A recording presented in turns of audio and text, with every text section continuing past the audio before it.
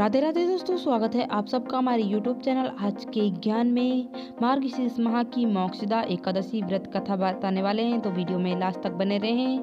धर्मराज युधिष्ठिर कहने लगे, हे भगवान, मैंने मार्गशीर्ष की कृष्ण पक्ष की एकादशी अर्थात उत्पन्ना एकादशी का से विस्तार वर्णन सुना है। अब आप मुझ पर कृपा करके मार्गशीर्ष माह की शुक्ल पक्ष की एकादशी के विस्तार में बताइए। इस एकादशी को क्या नाम है तथा इसके व्रत का क्या विधान है, इसकी विधि क्या है, इस व्रत को करने से किस फल की प्राप्ति होती है, कृपया ये सब विधान पूर्वक कहिए। भगवान श्री कृष्ण बोले, मार्गशीर्ष माह की शुक्ल पक्ष की एकादशी को मोक्ष एकादशी कहा जाता है। ये व्रत मोक्ष दिलाने वाली है, चिंतामणि के समान है, सबकी कामनाएं पूर्ण करने वाली है, जिसे आप पूर्वजों को दुखों को खत्म कर सकती है। इसका महत्व मैं तुम्हें कहता हूँ, तुम ध्यान पूर्वक सुनो।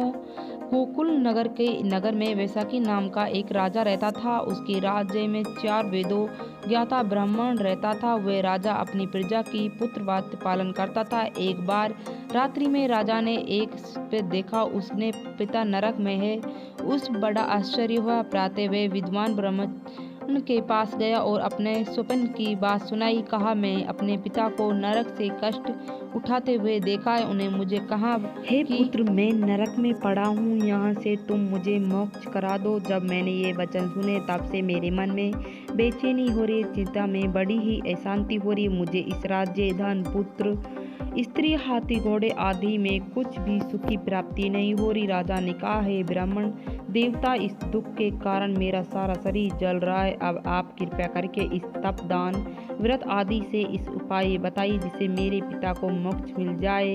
उसके पुत्र का जीवन व्यर्थ, जो अपने पिता माता का उद्धार न कर सका। एक उत्तर पुत्र जो माता पिता तथा पूर्वजों का उद्धार करता है, वही हजारों मूर्ख पुत्रों से अच्छा हूँ। जैसे एक चंद्रमा सारे जगत में प्रकाश करता है, परंतु हजारों तारों नहीं कर सकते। ब्राह्मण ने कहा, हे राजा, यहाँ पास ही भूत भविष्य वर्तमान के ज्ञाता पर्वत ऋषि का आश्रम है, आपकी समस्या का हल वहीं जरूर मिलेगा। ऐसे सुनकर राजा मुनि के आश्रम पर आए। उस आश्रम में उनको शांति चित योगी और मुनि तपस्या कर रहे थे। उस जगह पर्वत मुनि बैठे थे। राजा ने मुनि को संगत दंडवत किया। मुनि ने राजा को संग पास कुशल पूछा। राजा ने कहा कि हे महाराजा, आप मेरी कृपा करें, राज्य में सब कुशल है, लेकिन अकस्मात मेरी चित्त में अत्यंत शांति है। और ऐसे सुनकर पर्वत सुन के आंख की बूंद और भूत विचार लगे। फिर बोला, हे राजन, मैं योग के बल से तुम्हारे पिता को कुकर्म को जान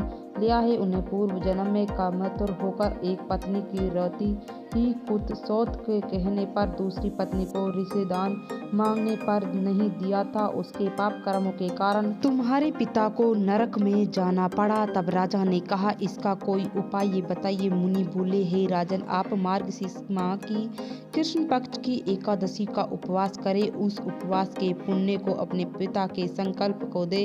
इसके प्रभाव से आपके पिता को अक्षय नरक से मुक्ति मिल जाएगी। मुनि के ये वचन सुनकर राजा महल में आया और मुनि के कहने अनुसार कुटुंब सहित मोक्षदान एकादशी का व्रत करा। इसके उपवास का पुण्य उसके पिता को अर्पण करा। इसके प्रभाव से उनके पिता को मोक्ष मिल गई और स्वर्ग में जाते हुए पुत्र से कहने लगे, हे पुत्र, तेरा कल्याण हो।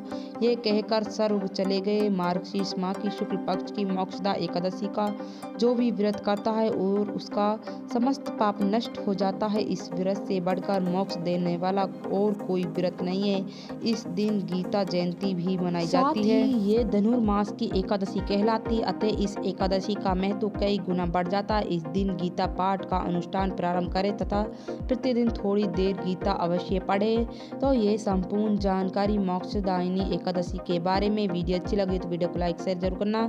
कमेंट में जय श्री कृष्ण जरूर लिखना।